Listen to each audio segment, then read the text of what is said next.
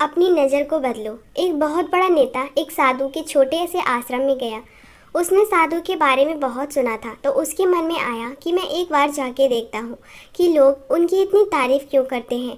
जब वह उस आश्रम में गया तो वहाँ पर एक छोटा सा कमरा था जहाँ पर एक कालीन बिछा हुआ था। वहाँ पर कुछ लोग नीचे बैठे हुए थे और साधु जी सामने बैठे हुए थे।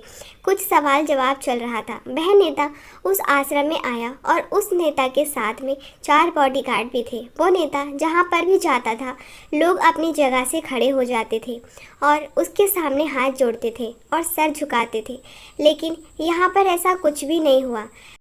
व्यस्त होने के कारण साधु जी ने उसकी तरफ देखा तक नहीं। तभी नेता को लगा कि ये मेरी बेइज्जती है और वह इस बात से गुस्सा हो गया। नेता ने थोड़ा गुस्से से साधु की बात को बीच में काटते हुए कहा कि मैं आपसे कुछ कहना चाहता हूँ। साधु ने उसकी तरफ देखा और बोला, आप थोड़ी देर रुकिए, पहले मैं इनके सवाल का जवाब दे दूँ, उसके बाद मैं आपसे बात करता हूँ। तब तक आप अगर चाहें तो बैठ सकते हैं। बस साधु का इतना कहने की ही देरी थी, नेता का चेहरा गुस्से से लाल हो गया और फिर उसने अपना सारा गुस्सा उन साधु पर निकाल दिया। अभी तक वह नेता बहुत तमीज़ से आप कह के बात कर रहा था, लेकिन अब वह तू तड़ाक पर उतर आया। नेता ने उस साधु को कहा, तुझे पता भी है मैं कौन हूँ और तू किससे बात कर रहा है? साधु ने उसकी तरफ देखा और कहा, मुझे इससे कोई फ़र्क नहीं पड़ता कि आप कौन हैं, लेकिन आप जो भी हैं, अगर आप चाहते हैं कि मैं आपके सवाल का जवाब दूं या आपसे बात करूं तो आपको कुछ देर रुकना होगा। और साधु की ये कहते ही नेता गुस्से से पागल हो गया और बोला, अब मैं तुझे तेरी असली औकात दिखाऊंगा। तुझे पता भी है मैं तेरे बारे में क्या सोचता हूँ। साधु ने फिर से नेता की तरफ देखा और बड़ी ही प्रेम से कहा कि मुझे इससे कोई फ़र्क नहीं पड़ता कि आप मेरे बारे में क्या सोचते हैं। आप चाहे जो मेरे बारे में सोच सकते हैं। फिर नेता ने उनसे कहा, तू चाहे सुनना चाहता है या नहीं, लेकिन मैं तुझे यही सबके सामने बताऊंगा कि मैं तेरे बारे में क्या सोचता हूँ। तू कोई साधु नहीं है, तू एक बहुत ही घटिया इंसान है, तू एक ढोंगी है, पाखंडी है और यहाँ पर जितने भी लोग बैठे हैं उन सबको बेवकूफ़ बना रहा है। तेरा बस एक ही मकसद है, इन लोगों की जेब में जितना भी पैसा है वह सब तेरे पास आ जाए और अब मैं तुझे नहीं छोड़ने वाला हूँ। पूरी दुनिया के सामने तेरा पर्दाफाश करके रहूँगा। लेकिन उसके इतना बोलने के बाद भी हल्की सी मुस्कान उन साधु के चेहरे पर बनी ही रही।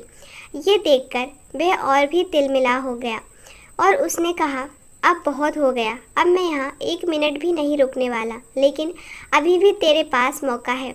अगर मुझसे माफ़ी मांगनी है या मुझसे कुछ कहना है तो कह सकते हो। इतना सब होने के बाद भी साधु के चेहरे पर एक मुस्कान थी और वह बिल्कुल शांत होकर और फिर उन्होंने अपनी आंखें बंद करी और फिर साधु ने अपनी आंखें खोली, हाथ जोड़े और कहा कि मुझे आपसे कोई गिला शिकवा नहीं है। आपके लिए मेरे मन में कोई भी गलत ख्याल नहीं है।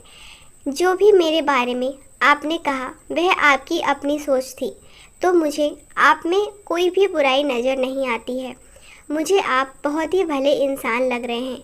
और साधु के इतना कहते ही नेताजी का दिमाग 7वें आसमान पर पहुंच गया। उसके चेहरे पर एक अजीब सी खुशी थी, क्योंकि साधु ने वही कहा जो बाकी सब लोग उस नेता को कहते हैं और वह खुशी खुशी उस आश्रम से अपने घर की तरफ चला गया और जाकर अपने पिताजी के पास बैठ गया। उसके पिताजी ध्यान में थे। उन्होंने पूरी ज़िंदगी सिर्फ लोगों की सेवा की और बदले में कुछ भी उम्मीद नहीं किया।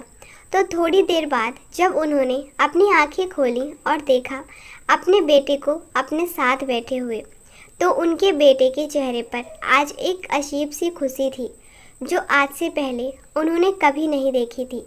फिर उसने एक एक करके सब कुछ बताया। जब उसके पिताजी ने पूरी बात सुनी तो थोड़ा सा मुस्कुराए और अपने बेटे को देख कर के बोले कि उन्होंने तुम्हारी तारीफ़ नहीं करी, क्योंकि उन्होंने वो नहीं कहा जो तुम हो, बल्कि उन्होंने वो कहा जो वो खुद है।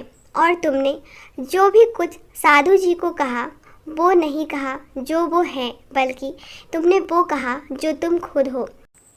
यही बात वेदों में भी कही गई है। यथा दृष्टि तथा सृष्टि। ये दुनिया तुम्हें वैसी नहीं दिखती जैसी ये दुनिया है। ये दुनिया वैसी दिखती है तुम्हें जैसे तुम खुद हो। जिसकी नज़र जैसी है उसके लिए ये दुनिया वैसी ही है। तो अगर तुम अपनी दुनिया को बदलना चाहते हो तो उसका सिर्फ एक तरीका है, अपनी नज़र को बदलो। आशा करती हूँ दोस्तों आपको ये कहानी पसंद आई होगी। कहानी पसंद आई है तो वीडियो को लाइक, शेयर और कमेंट ज़रूर करें। अगर चैनल पर नए हो तो चैनल को सब्सक्राइब ज़रूर कर लीजिएगा। वीडियो को पूरा देखने के लिए धन्यवाद।